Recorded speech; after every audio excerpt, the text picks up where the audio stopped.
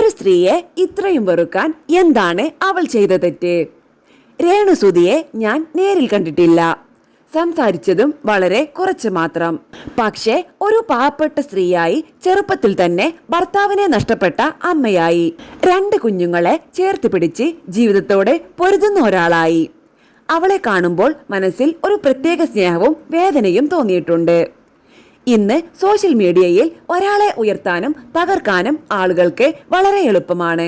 പക്ഷേ ഒരു മനുഷ്യന്റെ മനസ്സ് ദിവസേന തകർത്തുകൊണ്ടിരിക്കുക, അതിനെ വിനോദമാക്കുക, അതിൽ നിന്നും പണം സമ്പാദിക്കുക, അതാണ് ഇന്ന് പലരും ചെയ്യുന്നത് എന്നതാണ് ഏറ്റവും വേദനാജനകം. രേണു എന്താണ് ചെയ്തത്? ചില റീൽസ് ചെയ്തു, ചില ആൽബങ്ങളിൽ അഭിനയിച്ചു, ജീവിതം മുന്നോട്ട് കൊണ്ടുപോകാൻ ശ്രമിച്ചു. അതാണ് അവളുടെ ഏറ്റവും വലിയ കുറ്റം. ഭർത്താവ് സുധി മരിച്ച ശേഷം 2 കുഞ്ഞുങ്ങളുമായി ജീവിതത്തിന്റെ നടുവിൽ ഒറ്റയ്ക്കായി നിന്ന ഒരു സാധാരണ നാട്ടിൻപുറത്തുകാരി.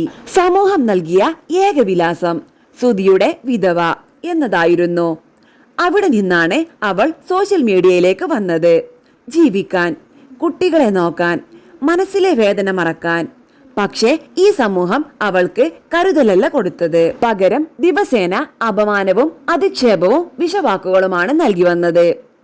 യൂട്യൂബ് ചാനലുകൾ, ഫേസ്ബുക്ക് പേജുകൾ, ഇൻസ്റ്റഗ്രാം അക്കൗണ്ടുകൾ അവളുടെ ഓരോ വീഡിയോയും എടുത്ത് കീറിപ്പറിച്ചു. ശരീരത്തെ അധിക്ഷേപിച്ചു, സ്വഭാവത്തെ ചോദ്യം ചെയ്തു. അവളെക്കുറിച്ച് ഒരുപാട് നാണമില്ലാത്ത തലക്കെട്ടുകൾ നൽകി വ്യൂസ് നേടി ജീവിച്ചവരാണ് ഇന്ന് സഹതാപം കാണിക്കുന്നവരിൽ പലരും.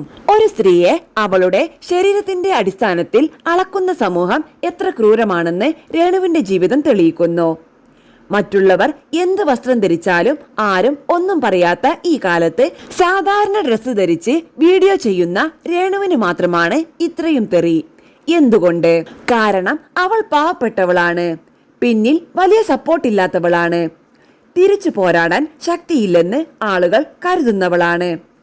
കഴിഞ്ഞ 2 വർഷമായി അവളെ മാനസികമായി പീഡിപ്പിച്ചവർക്ക് ഇന്നും മനസ്സിലായിട്ടില്ല ഒരു മനുഷ്യനും എത്രത്തോളം സഹിക്കുമെന്ന്.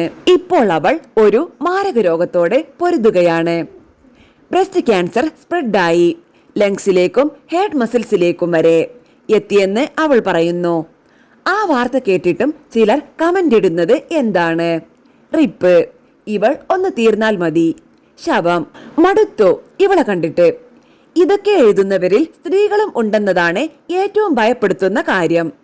ഒരു മനുഷ്യൻ മരണത്തോട് പോരാടുമ്പോഴും അവളെ വെറുക്കാൻ മാത്രം കഴിയുന്ന മനസ്സ്, അത് എത്ര ക്രൂരമായിരിക്കും.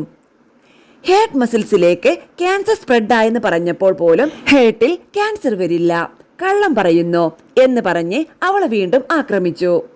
രോഗത്തെക്കാൾ അപകടകാരികളായ ചില മനുഷ്യർ മാറിയിരിക്കുന്നു എന്നതിന്റെ തെളിവാണിത്. സത്യത്തിൽ രേണു ചെയ്ത ഏറ്റവും വലിയ തെറ്റ് എന്താണെന്ന് അറിയാമോ? അവൾ തന്റെ വേദന മറച്ചു ചിരിക്കാൻ ശ്രമിച്ചു എന്നതാണ്.